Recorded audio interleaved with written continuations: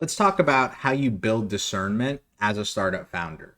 So, in this scenario, we're just going to assume that it's either you're a solo founder or you own the majority, meaning ultimately it comes down to you. It could be that you have a 50-50 relationship with, your other co-founder, but we're just going to simplify things. So, when we talk about the what of discernment, what do I mean by that? I mean good judgment with limited information, more often than not under some sort of stress. And the stress doesn't necessarily mean that you have 10 minutes to make the decision. It could mean that you have limited resources, whether it's time or money or energy. It could be that you do have very limited time in the sense that you only have a certain amount of time to say yes or no, such as, should I say yes to joining this accelerator and taking their investment and giving up 5% of my company or whatever it might be. Sometimes there is, a grenade with a time that is going to blow and you do have to make a decision. Ultimately, the goal of discernment is to help you make better decisions over time. Not the best and not make good decisions day one. It means getting better over time. It is the epitome of improvement over time. Now, why do I focus on this? Why is this so critical? It's because startups are a series of decisions, some small and some large, but ultimately someone decides. Someone decides what your marketing copy reads. Someone decides what the header on your website is. Someone decides who signs the legal agreement and how many shares get issued. Someone decides what event you attend that night. Decisions are made. Good, bad, big, small, group, and individual. They are made consistently. And if you're not owning and taking an active interest in trying to make better decisions over time, you're just going to, one, you may fail, just fair, because if you stack enough bad decisions back to back and things don't really go that well. But more than anything, you make things so much harder for yourself, so much more inefficient. For example, if you make a bad hiring decision and you don't learn from that, and then you make bad hiring decisions over and over and over again, that's expensive in every way. Time, because hiring takes forever, so that takes a lot of time. Money, you're clearly wasting a lot of money. Energy, because who wants to deal with hiring when you're trying to just build your business?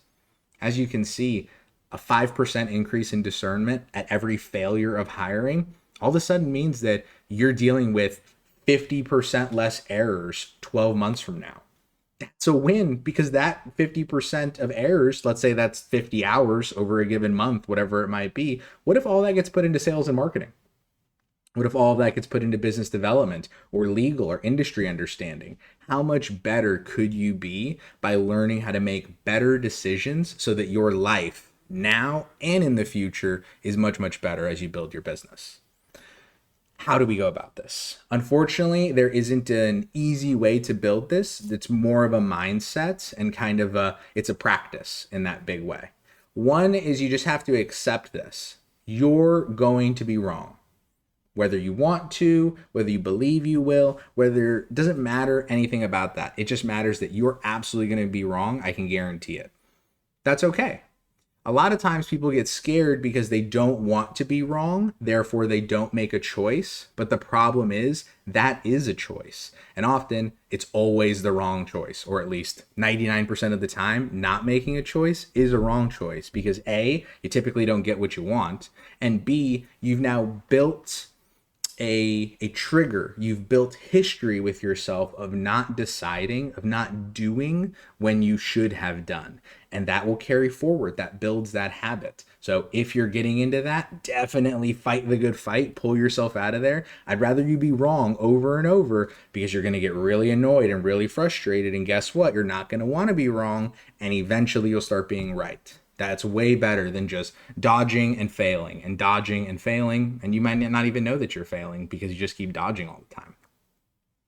Next is reflect and seek understanding of both the good and the bad choices. There's going to be a lot of right. There's going to be a lot of wrong. If you're just blowing through your days, if you're never reflecting with yourself, your team, doing analysis, why didn't we get that sale? What did we do wrong? Did we not offer as much of a discount as we should? Were we not maintaining the relationships how we should? Where did I go wrong? Where did we go wrong? How do we fix it? It could be that you ask all these questions and you don't have the best answers. It's the best you could do. But what if 3 times from now, you ask these questions because you've habitually trained yourself to ask these questions, and you come up with amazing answers. Amazing answers that lead to 5, 10, 50 more customers in the next month. That matters. And if that matters then it definitely matters now. So if you're thinking about how do I make better decisions? How do I do my startup in a better way? What I would say is start deciding and start learning.